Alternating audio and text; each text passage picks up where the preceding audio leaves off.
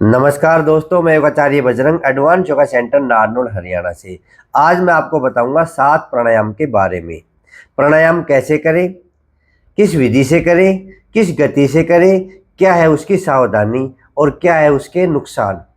ठीक है, तो आज मैं आपको बताऊंगा 7 प्रकार के प्राणायाम। पहला प्राणायाम भस्त्रिका प्राणायाम, दूसरा प्राणायाम कपालभाति, तीसरा प्राणायाम बताएंगे अनुलोम विलोम जिसको बोलते हैं नाड़ी शोधन प्राणायाम, चौथा है उज्जाई प्राणायाम, पांचवा है भ्रामरी प्राणायाम, छठा है उद्गीत प्राणायाम और सातवां है ध्यान प्राणायाम यानी कि प्रणव प्राणायाम। ये 7 प्राणायाम अगर हम रोजाना कर लें, कम समय में अधिक फायदा मिलेगा आपको। ज़्यादा से ज़्यादा आपको आधा घंटा लगेगा, 30 मिनट।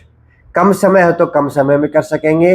अगर आप ये 7 प्राणायाम रोजाना करेंगे तो मानसिक रूप से भी आप मजबूत होंगे, शारीरिक रूप से भी और आध्यात्मिक रूप से भी आप मजबूत होंगे।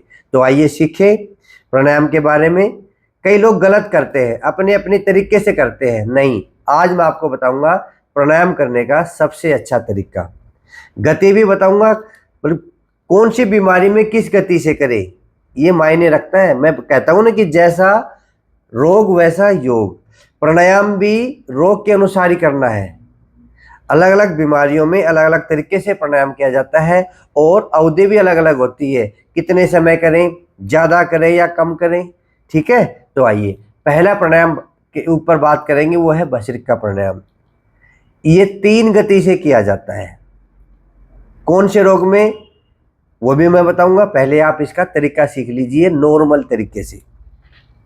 प्राणायाम में आप जब भी बैठे ध्यान मुद्रा लगा के बैठे, ध्यान मुद्रा या वायु मुद्रा। जोड़ों में दर्द है तो वायु मुद्रा लगाइए। पहले उंगली को अंगूठे के ऐसे जड़ में लगाएंगे, ऊपर से अंगूठा रख लेंगे और बाकी 3 उंगली सीधी कर लेंगे। और इस प्रकार से, ऐसे नहीं करना है। कई लोग ऐसे बैठ जाते हैं। बैठने का तरीका भी मैं बताऊंगा। प्राणायाम में बैठने का तरीका भी होता है ताकि हम आराम से बैठ सकें, बैठे बैठे परेशान ना हो। बैठने का तरीका होता है आरामदायक। किस प्रकार से, एक तो नॉर्मल आपको कमर सीधी करना है, नॉर्मल आपको गर्दन सीधी करना है। मैं कहता हूं कमर सीधी करो, ऐसे तन के बैठ जाएंगे और धीरे धीरे फिर नीचे आ जाएंगे। नहीं, आप नॉर्मली गति से, मतलब नॉर्मल गति से कमर को सीधा करेंगे आराम से, बिल्कुल मतलब सहज रूप में हो गए। गर्दन भी सहज रूप से सीधा करेंगे। और हाथों की गति भी, यानी कि हाथों की पोजीशन ऐसे नहीं कि ऐसे कर लेंगे। आपने देखा होगा ना, ऐसे बैठ जाते, तन के बैठ जाते हैं। कमर को सीधा कर लेंगे, गर्दन को टाइट कर लेंगे, हाथों को टाइट कर लेंगे। ऐसे प्राणायाम नहीं होता है। आप कितनी देर करोगे, थोड़ी देर में फिर ऐसे कमर झुका के बैठ जाओगे। तो पोजीशन क्या रहेगी, इस प्रकार से कमर को सीधा करेंगे, नॉर्मली गर्दन को सीधा करेंगे और अपने हाथ, ये जो हथेली होती है ना नीचे का हिस्सा, ऐसे रखेंगे।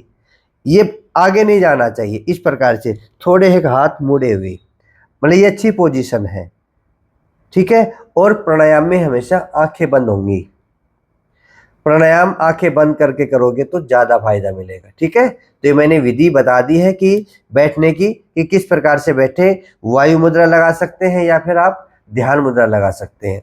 तो ध्यान मुद्रा इस प्रकार से लगा लेंगे। तो पहला प्राणायाम है भस्त्रिका प्राणायाम। करना आता है आपको? बोलो जी आता है। सांस भरेंगे, खाली करेंगे, है तो बड़ा सिंपल। तो करें, आराम से श्वास भरो, आराम से श्वास खाली करो। इसमें जोर लगा के श्वास नहीं भरना है। कैसे?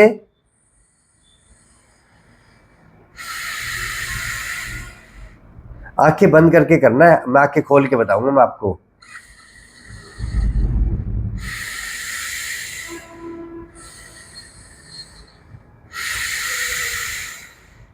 सांस, पूरा श्वास अंदर भरेंगे, लंबा गहरा सांस, और पूरा श्वास खाली करेंगे। एक तो विधि ये है। दूसरा, श्वास भरेंगे, श्वास को होल्ड करेंगे यानी कि रोकेंगे। प्राणायाम के 3 रूप होते हैं। पूरक यानी कि सांस लेना, कुंभक श्वास को रोकना, रेचक श्वास को खाली करना। तो श्वास को भरेंगे, कुंभक करेंगे यानी कि फेफड़ों में रोकेंगे और खाली कर देंगे। ये तो सामान्य विधि हो गई भस्त्रिका प्राणायाम की, कि हर आदमी कर सकता है। श्वास भरेंगे,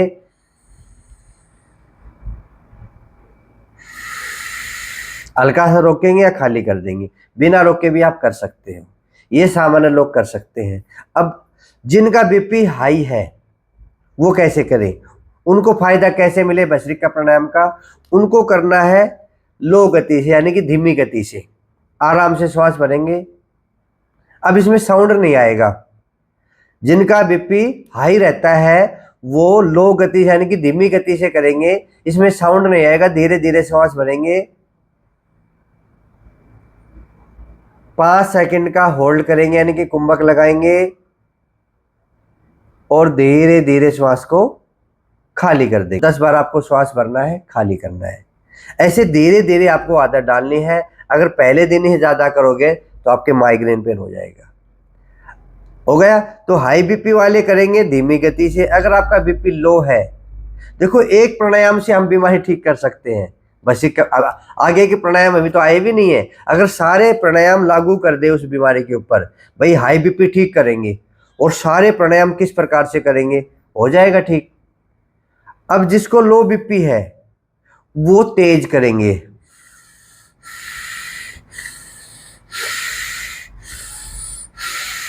इस प्रकार से श्वास भरेंगे, खाली करेंगे, भरेंगे, खाली करेंगे। जिसका लो बीपी है वो ज़्यादा जोर लगा के नहीं करेंगे, नहीं फिर माइग्रेन पेन हो जाएगा। बस ये सीख लो, पहला प्राणायाम भस्त्रिका प्राणायाम, इसका नॉर्मल जो परिभाषा है इसकी, श्वास भरना है, खाली करना है, और जब इसमें आपको आदत पड़ जाए भरने खाली करने में तो श्वास को रोक लेना है। हाई बीपी है तो आराम से करना है, लो बीपी है तो थोड़ी गति बढ़ा देना है। आ गया समझ में।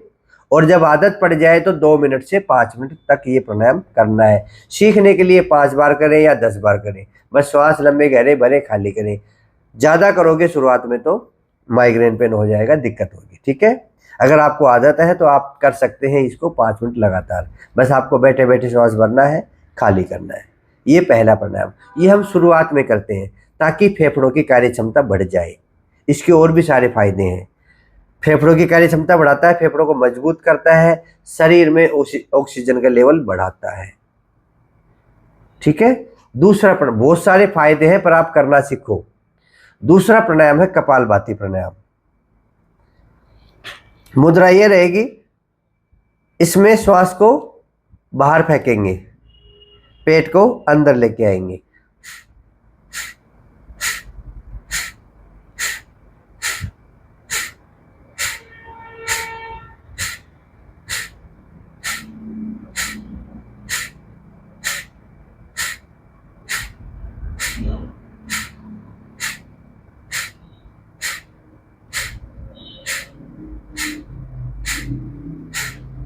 आ गया करना।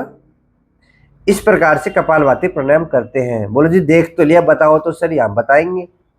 सांस बाहर पेट अंदर। कैसे? जैसे फूंक मारते ना, कि कोई चीज रखी और उसको हम उड़ा दे फूंक मार के, इस प्रकार से नासिका से हम सांस को बाहर फेंकेंगे। अगर हम कोई कण रखेंगे तो वो उड़ जाए। जैसे हमने रुई रख ली, जैसे कपालभाति करेंगे उड़ जाएगी। तो इस प्रकार से श्वास को फेंकना है। कई लोग अंदर लेंगे, झटके तो मार रहे हैं, ऐसा लगता है हाँ कर तो सही रहा है, पर वो अंदर भर रहा है और हिल भी रहा है। ऐसे नहीं करते। सांस को बाहर फेंकना है, 1 सेकंड में 1 स्ट्रोक करना है। जो बिल्कुल सामान्य है वो 1 सेकंड में 1 स्ट्रोक लगाएंगे, वो अच्छा कपालभाति प्राणायाम है। इसको क्रिया भी बोलते हैं, कपालभाति क्रिया भी बोलते हैं, पर ये आजकल प्राणायाम ही बोला जाता है, कपालभाति प्राणायाम। 1 सेकंड में 1 स्ट्रोक लगाएंगे। जिनका हाई बीपी है वो 2 सेकंड में 1 स्ट्रोक लगाएंगे। ज़्यादा हाई है, ज़्यादा परेशानी है हाई बीपी की, वो नहीं करेंगे। जिनका बीपी लो है वो 1 सेकंड में 2 स्ट्रोक लगाएंगे। हाई वाले तो 2 सेकंड में 1 स्ट्रोक लगाएंगे, और जिनका बीपी लो है वो 1 सेकंड में 2 स्ट्रोक लगाएंगे।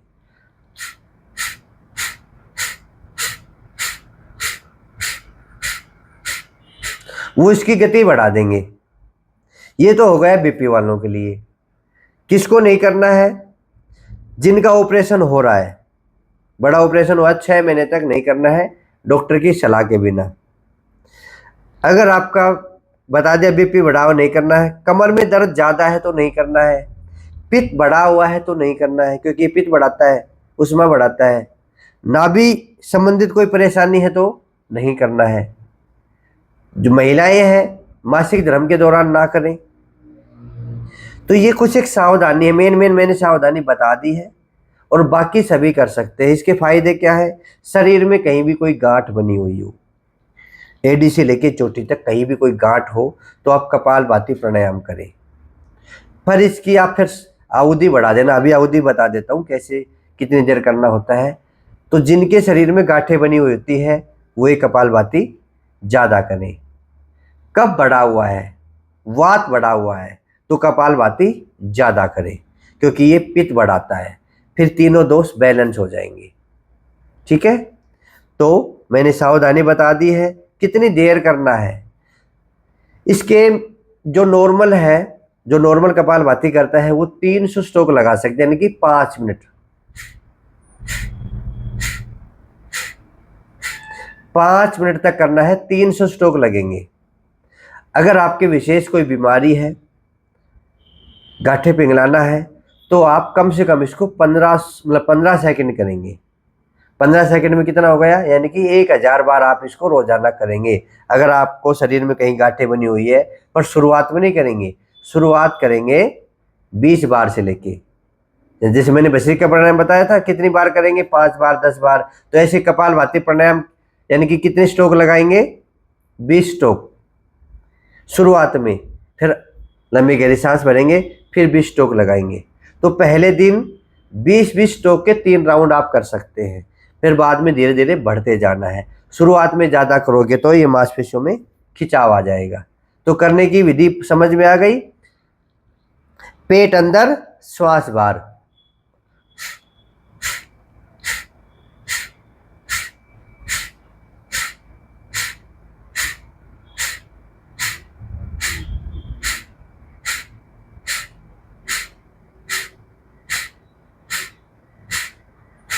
ऐसे करते रहो। आगे समझ में?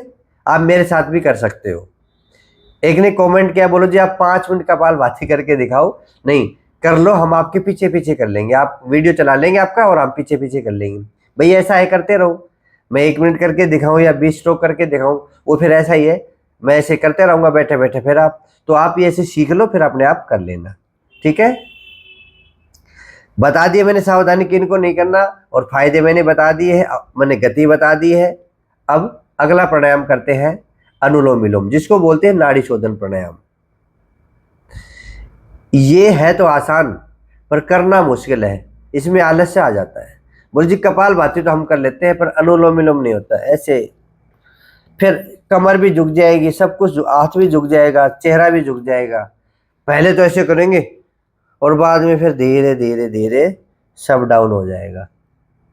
आसान है, पर अभ्यास नहीं है, तो आप इसका अभ्यास करें। मैंने क्या कहा है कि कमर गर्दन को ज़्यादा टाइट सीधा नहीं करेंगे, नॉर्मल करेंगे। अब इसमें हम वायु मुद्रा जरूर लगाएंगे, ताकि दोनों हाथों की मुद्रा एक जैसी हो। करना कैसे है? ये अंगूठा और ये मध्यमा, ठीक है, बीच वाली उंगली। राइट को बंद करेंगे, लेफ्ट से श्वास भरेंगे, धीरे धीरे भर लिया। लेफ्ट को बंद करेंगे, राइट से सांस धीरे धीरे खाली कर देंगे। फिर से राइट से भरेंगे, राइट को बंद करेंगे, लेफ्ट से खाली कर देंगे।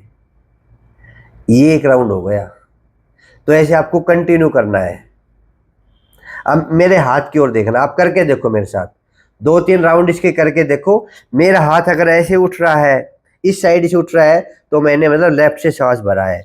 फिर मेरा हाथ इधर आ गया, यानी कि इधर आ गया मेरा हाथ।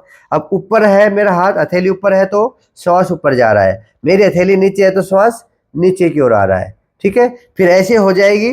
तो हथेली ऊपर करूंगा तो मतलब इस साइड से मैं सांस भर रहा हूँ, फिर इस साइड हथेली आ जाएगी, इस साइड में खाली कर रहा हूँ। ये संकेत है, आप इस प्रकार से मेरे साथ कर सकते हैं, सीख सकते हैं। ठीक है, करिए। मैं देख रहा हूँ आपको, अपनी आंखें खुली रखना। इसमें भी वायु मुद्रा मैं लगा सकता हूं, पर मैं आपको समझाने के लिए बता रहा हूं। अब लेफ्ट से श्वास भरो, पहले शुरुआत करो, सभी ऐसा करेंगे। भरो लेफ्ट से, राइट से खाली, राइट से फिर भरो, लेफ्ट से खाली, लेफ्ट से फिर भरो, राइट से खाली,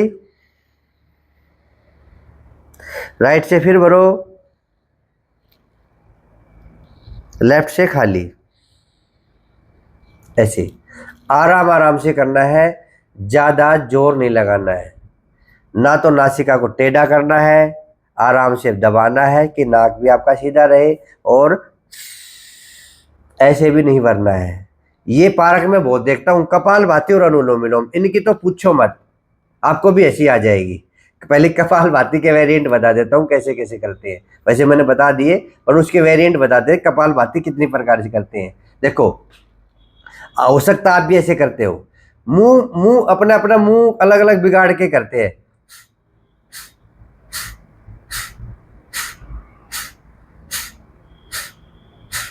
देखा ना आपने, हो सकता आप भी ऐसा करते हो। कई तो कंधे चढ़ाएंगे,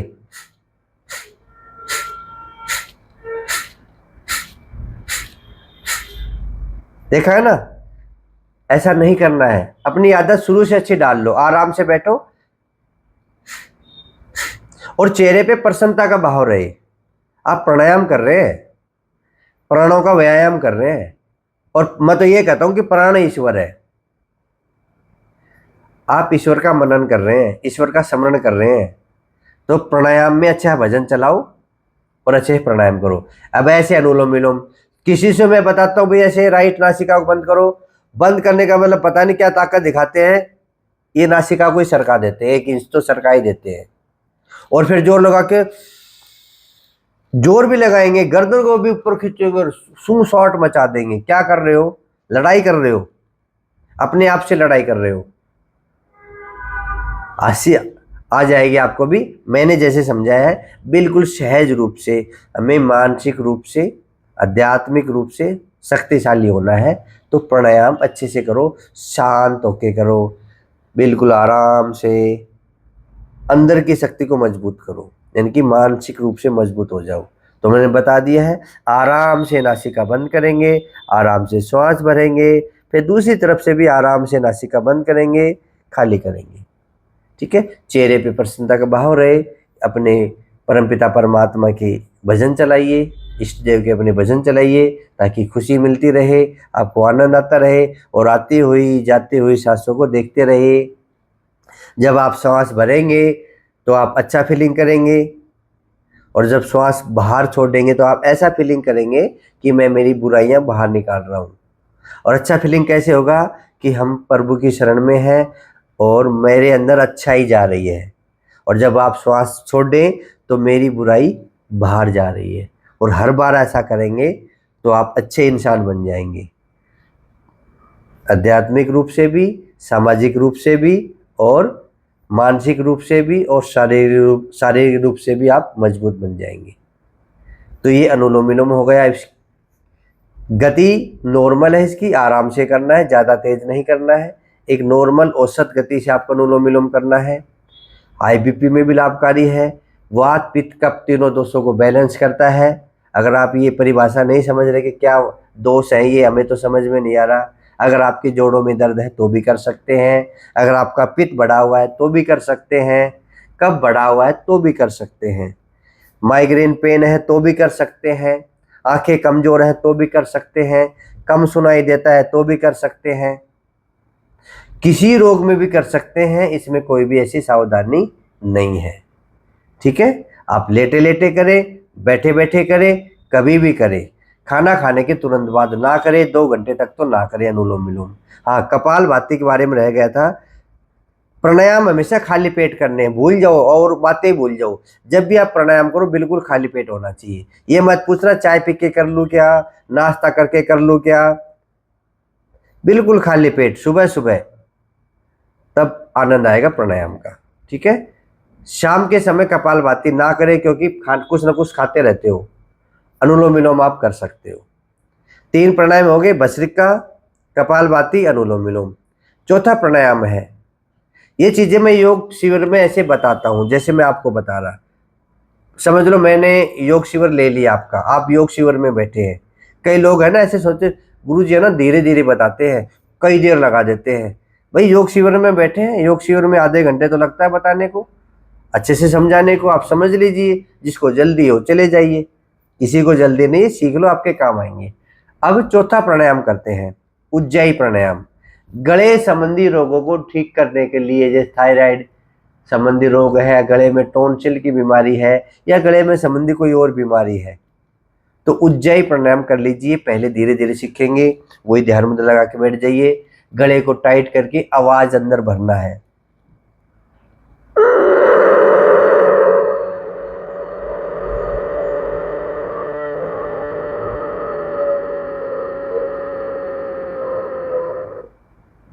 श्वास को फेफड़ों में रोकना है और राइट नासिका को बंद करके लेफ्ट से खाली कर देना है। ये भी समझ में ना आए तो दोनों नासिका से खाली कर दो चाहे, ठीक है। करो।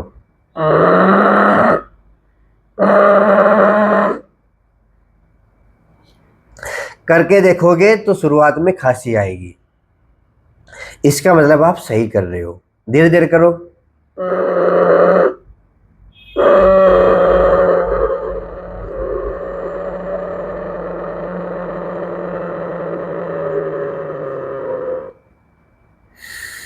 ज्यादा जोर नहीं लगाना है, धीरे धीरे करना है, बिल्कुल सहज रूप से करना है।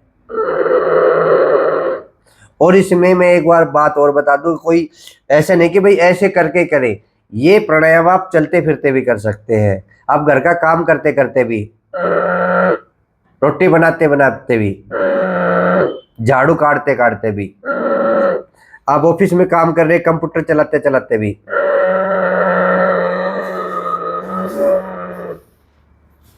कभी भी कर सकते हैं, खाना खाने के 2 घंटे बाद कभी भी कर सकते हैं, ठीक है। तो ये गले संबंधी रोगों को ठीक करता है, अपनी जो थायराइड ग्रंथि है उसको ये एक्टिवेट करता है, और हाई बीपी में भी ये लाभकारी है, ठीक है। थायराइड में भी लाभकारी है, हाई बीपी में भी लाभकारी है, और गले संबंधी रोग है, टॉन्सिल है, उसमें भी ये लाभकारी है। जो बच्चे तुतलाते हैं बचपन में या बड़े होके भी तुतलाते हैं, उनमें भी लाभकारी है। एक कार्ड छपता है अपने शादी ब्याहों में, उसमें एक लाइन आती है बच्चों के लिए विशेष, मेरे चाचा की शादी में जलूल जलूल आना, ऐसे लाइन होती है, मेरे मामा जी की शादी में जलूल जलूल आना। तो उन बच्चों के लिए, बच्चे तक तो ठीक रहते हैं, पर वो जब बच्चे बड़े हो जाते हैं उसके बाद भी ऐसे आवाज़ आती है, हकलाना आता है। जो बच्चे हकलाते हैं, एक बोलते रुक जाते बोलते बोलते, उनके लिए भी ये उज्जाई प्राणायाम अच्छा है। अगर आपके बच्चे हकलाते हैं, तुतलाते हैं, तो आप उनको उज्जाई प्राणायाम जरूर सिखाइए। पहले आप तो सीखिए, फिर उनको सिखाना। नहीं नहीं, मेरे बच्चों को सिखा दो, पहले आप सीखोगे तब आप आपके बच्चे योग करेंगे।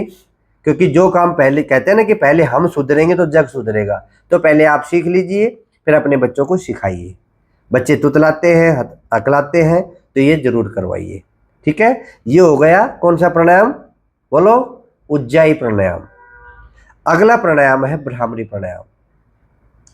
मानसिक रोगों को दूर करता है, मानसिक तनाव को दूर करता है।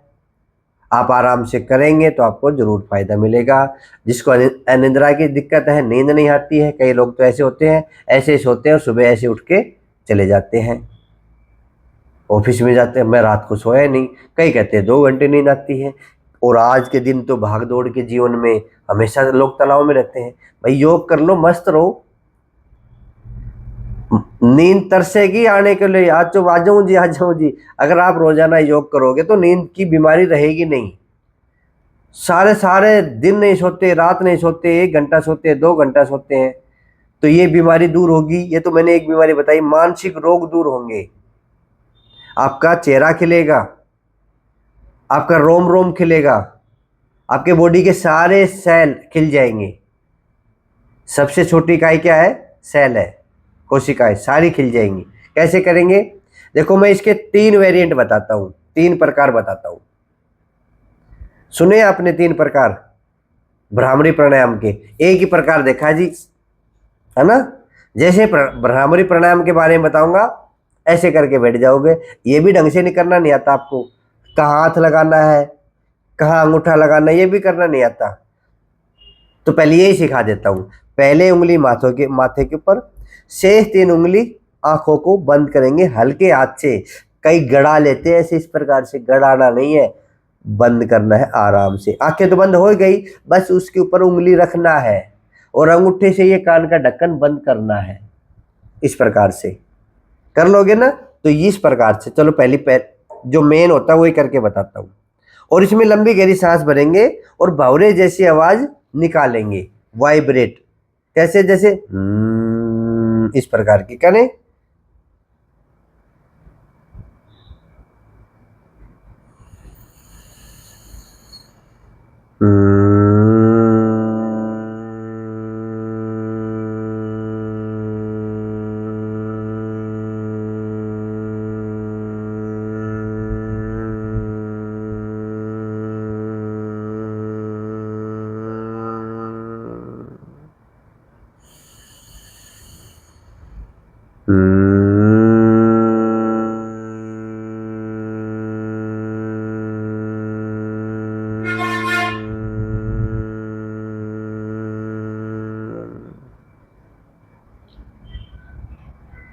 इसको 3 बार से लेके 5 बार, 7 बार, 11 बार, 21 बार, अगर आपको विशेष रोग है तो आप ये 21 से 51 बार जरूर करें।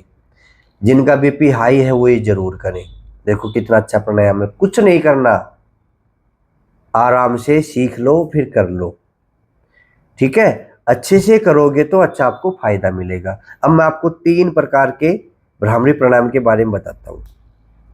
आप आराम से बैठे हो, नॉर्मल भी कर सकते हो, सांस भरो,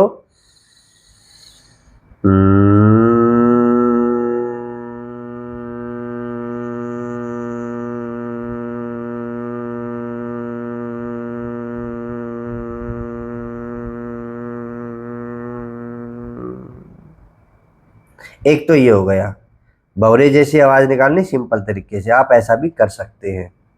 दूसरा सिर्फ कान बंद करके कर सकते हैं, सांस भरेंगे,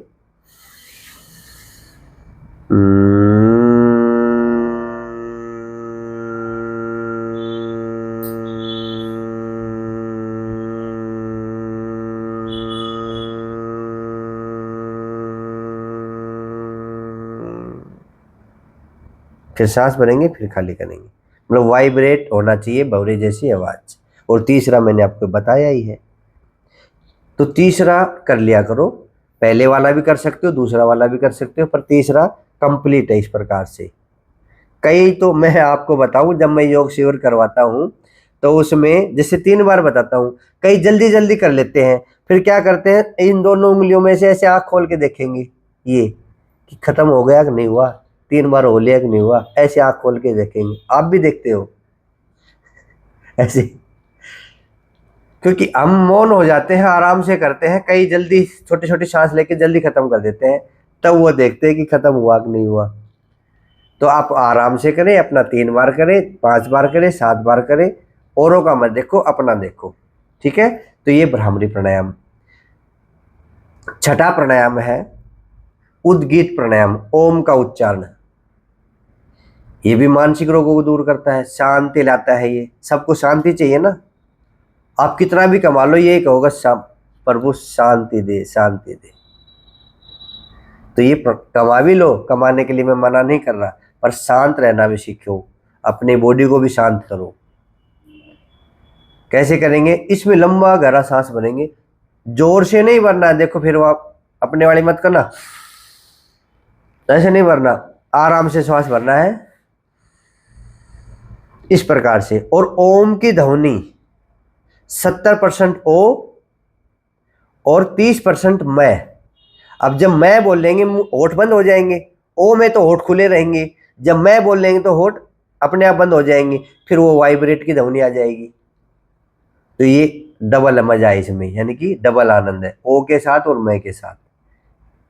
3 नाम होते हैं वैसे ओम में, ए, उ और मैं, पर ए उ को जोड़ दो, ओ बना दो, मैं को अलग कर लो, ठीक है। तो 70% तो ओ कर लो, 30% मैं कर लो। धीरे धीरे श्वास भरे, फेफड़ों में स्टॉक करें जैसे पानी की टंकी, और ठुट्ठी में से निकालें ऐसे। टंकी तो पूरी भरी है, ठुट्ठी में से थोड़ा थोड़ा पानी आ रहा है, तो इस प्रकार से जब ओम का उच्चारण करेंगे पूरा श्वास फेफड़ों में भरेंगे और ओम की ध्वनि के साथ अपनी ठुड्डी खोल देंगे, ओ ऐसे निकाल दो। ठीक है, तो आपकी टंकी देखना है कि कितने लीटर की है, जितनी बड़ी टंकी उतना ज़्यादा आनंद, उतने फेफड़े आपके मजबूत।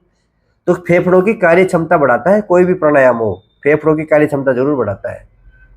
तो फेफड़े आपके अच्छे होंगे, आपका प्राणायाम अच्छा होगा। आपका प्राणायाम अच्छा होगा तब आपके रोग ठीक होंगे। ऐसे मत करो मैं तो रोजाना करता हूँ जी, मैं तो ठीक नहीं हो रहा, नहीं। पहले अपनी क्षमता देखो, अपनी विधि देखो, कितनी देर करते हो वो देखो, तब जाके बीमारी ठीक होती है। तो ओम का उच्चारण कैसे करेंगे? आराम से बैठ जाइए आप, अपनी आंखें बंद नहीं करेंगे, खोल के रखेंगे।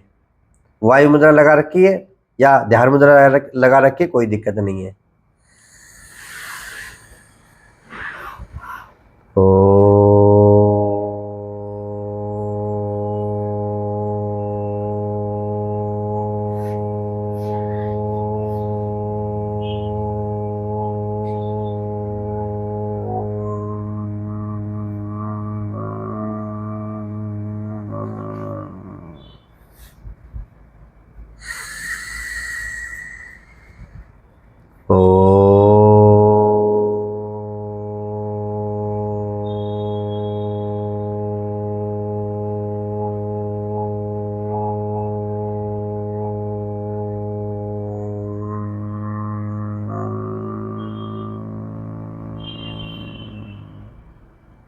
इस प्रकार से ये भी 3 बार से 5 बार, 7 बार, 11 बार, 21 बार ऐसा आप कर सकते हैं। ठीक है, एक चीज भी तुम्हें और बता दूं, बोलो जी इतनी देर बैठेगा कौन? आप बैठे हो आराम से, आपके कुछ नहीं हो रहा, नहीं कहीं तो कमर बैठ गई, गर्दन दुख गई, हाथ दुख गया, ऐसे ऐसे, फिर प्राणायाम कैसे करोगे? तो इसकी आदत डालो। सबसे बड़ी आदत तो बैठने की है। तब कहा है मैंने आराम से पोजीशन में बैठो। आप चाहे आधा घंटा बैठो, चाहे 1 घंटा बैठो, इस पोजीशन में मेरे पैर हिले हैं, नहीं हिले ना, तो आप आराम से बैठ के कर लो। आदत डालोगे तो ये आदत पड़ जाएगी। शरीर को जैसी आदत डालोगे ना, शरीर को उसी आदत में डल जाएगा। ये शरीर की तासीर है। तो ये उद्गीत प्राणायाम हो गया। अब आखिरी जो प्राणायाम है वो ध्यान प्राणायाम। बहुत सारे लोग कहते हैं कि ध्यान की क्लास लगाओ, कहते हैं ना, ध्यान गुरुजी ध्यान सिखाओ, गुरुजी ध्यान सिखाओ। सिखाना नहीं है, ध्यान लगाना है। हाँ, लगाएं कैसे ये सिखाना है। मौन होना भी ध्यान नहीं है कि आप ऐसे होके बैठ गए, ये ध्यान नहीं है।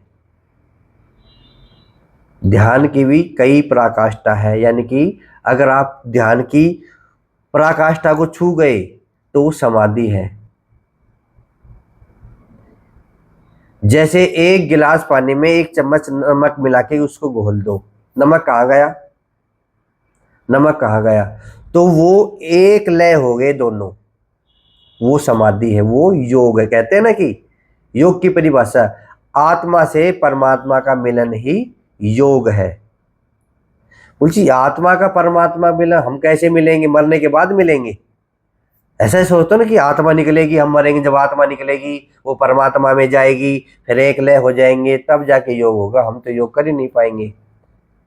योग का मतलब होता है जोड़, आत्मा को परमात्मा से जोड़ना ही योग है। आप अपने आप को, आप जो दिख रहे हैं वो आत्मा नहीं है, अपने अंदर एक शक्ति है जो इस शरीर को चला रही है, वो आपके बस में नहीं है। वो कब निकले जाएगी आपके हाथ में नहीं है, आप जोर ही नहीं लगा सकते। वो परमात्मा के साथ जुड़ जाएगी, वो शरीर को चला रही है, वो परमात्मा के साथ जुड़ जाएगी। और वो जब परमात्मा के साथ जुड़ेगी तो आप भी जुड़ेंगे, आपका भाव भी वैसा ही हो जाएगा। वो योग है। तो अपने आप को कहने को तो हम यही बोलेंगे मैं, आत्मा भी हमारी, मैं एक आत्मा हूं, तो अलग नहीं है, और अलग भी है अलग भी नहीं है। ज्यादा डिटेल में मत जाना, बता रहा हूं। कभी सोचो गुरुजी इसको भी समझाइए, प्राणायाम प्राणायाम समझा रहा हूं वो समझ लीजिए।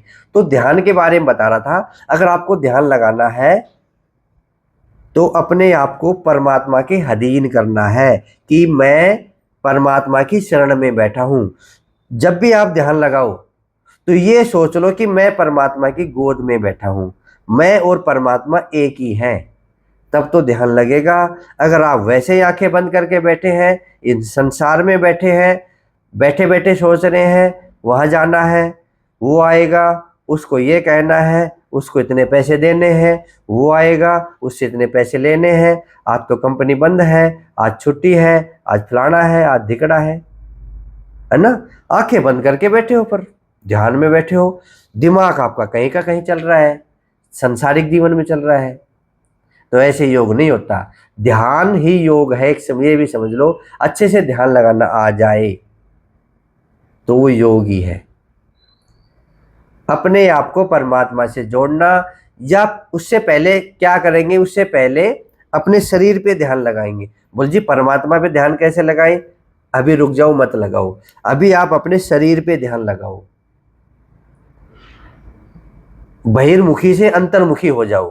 कैसे? जब आप आंखें बंद करेंगे अनेक विचार आएंगे, उसको छोड़ दो, आप अपने शरीर पे ध्यान लगाइए। जो 7 चक्कर होते हैं ना, नीचे नीचे होता है मूलाधार, उससे ऊपर स्वादिष्ठान, फिर मणिपुर चक्कर, फिर अनाहत चक्कर, विशुद्धि चक्कर, आज्ञा चक्कर और सहस्त्रार चक्कर। ये 7 चक्कर होते हैं, इनसे ऐसे ध्यान लगाया जाता है। तो आप ये चक्कर भी समझ में ना आए तो कोई बात नहीं है। ध्यान कैसे लगाएं? आप ध्यान लगा लीजिए नीचे नीचे से, अपनी जो स्पाइन है जहाँ पे ख़त्म होती है वहाँ पे मूलाधार चक्कर है, वहाँ पे ध्यान लगाइए। मूल आधार है वहाँ पे, मूलाधार मतलब मूल आधार, वहाँ से शुरुआत कीजिए, मूलाधार, वहाँ से ऊपर उठेंगे। वो भी समझ में नहीं आए तो मैं तो ये कहता हूँ कि अपने अंगूठे से ध्यान लगाइए कि ये मेरा अंगूठा है, ये काम कर रहा है, ये क्या ये स्वस्थ है, ये मेरी एडी है, क्या ये मेरी एडी में दर्द है? आप बैठे बैठे, ये मेरा टकना है, मेरे टकने में दर्द तो नहीं है, क्या ये स्वस्थ है? ये मेरी पिंडली है, मेरी पिंडली स्वस्थ है, ये मेरे घुटने हैं, घुटने में कोई दिक्कत तो नहीं है। और धीरे धीरे आप ऊपर आएंगे, अपनी जंघाएं हैं, हमारे हिप है, और ये नाभि प्रदेश से जो नीचे का हिस्सा है, नाभि प्रदेश से जो नीचे का हिस्सा है उसको महसूस करो, क्या वो ठीक है, क्या वो स्वस्थ है? अपना जो नाभि प्रदेश है जिसको मणिपुर चक्र बोलते हैं, इसमें जितने भी ऑर्गन हैं, हमारी छोटी आंत है, बड़ी आंत है, लीवर है, पैनक्रियाज है, हमारा हृदय है, हमारे फेफड़े हैं, क्या वो स्वस्थ है? उन पे आप ध्यान लगाते जाइए, धीरे धीरे ऊपर की ओर आइए, हमारी बाजू, हमारे हाथ, हमारी उंगली, फिर ऊपर चेहरे पे आइए, हमारी नासिका, हमारी आंखें, हमारे गाल, हमारे बाल, क्या ये स्वस्थ हैं? तो पहले ये ध्यान लगाइए, फिर आप सोचोगे ये तो बहुत अच्छा है। हम अपने शरीर को भी देख पा रहे हैं। कब देखते हो? शरीर को देखते ही नहीं कोई, शीशे में जरूर देखते हो, आईने में जरूर देखते हो, अपना चेहरा देखते हो, अपने आप को नहीं देखते।